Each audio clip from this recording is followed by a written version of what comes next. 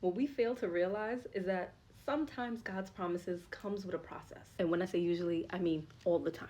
But when it starts to take a little bit longer than what we were willing to wait or what we thought the process would actually take, that's when we start to question, wait, did I really hear God? Was it maybe that bad pizza I ate way too late last night? Maybe I created this conversation in my head. I must be losing it. But what you heard was good. So what we do now is we take the steps to make it happen in our own strength. Very limited compared to God's. And that's where we trip ourselves up. Come with me to Genesis chapter 16 to see what happens when we fail to wait on the Lord. Now Sarai, Abram's wife, had borne him no children, but she had an Egyptian slave named Hagar. So she said to Abram, "The Lord has kept me from having children. Go sleep with my slave. Perhaps I can build a family through her." Mistake number one. Boo-boo sharing is caring, but not with my man.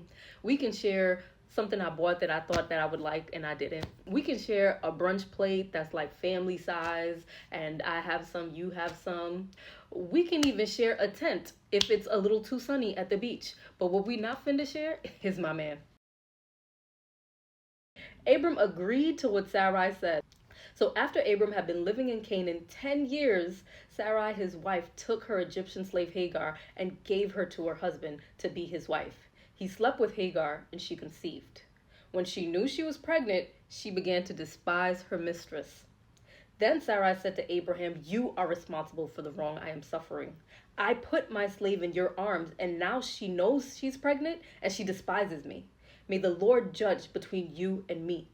Who created this issue that she's currently going through? She did. She even says it, "I put my slave in your hands," even though she's blaming her husband. There are times when the pain of now becomes too much to wait on God's promise. So what we do is we try to go around it. We try to cut corners, not realizing we're just creating more battles and issues for us to heal from.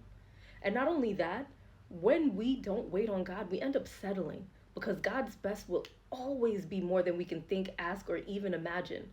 You want the person with the map telling you, wait at this light, make the left, turn right, wait 10 days, wait 5 years. That's not the one. Stop at this rest stop. You need the one who stands outside of time to tell you what this needs to be because you don't know. As much as we think we know what the blessing is supposed to look like, you don't. There is so much more intertwined with this because God doesn't just bless us to be a blessing for ourselves. He's blessing us to, one, show someone else that it can be done, and two, bring along everybody that's connected to you. You don't want to be the only one at the top. You get lonely. God is making sure that I'm going to maneuver this in a way that not only do you see the glory of me, but that others see the glory of me. Those who are on the fence or maybe just didn't believe at all, now they start to come into wanting to know who God is and build a relationship with him. Because at the end of the day, we're tasked with making disciples of those in the world. So if you have it, you're supposed to give it. You're supposed to share it. But when we don't wait on God, not only do we bypass and create more battles, we leave room for the enemy to sneak in. Because he sees why you're doing it. He knows what it is that you want.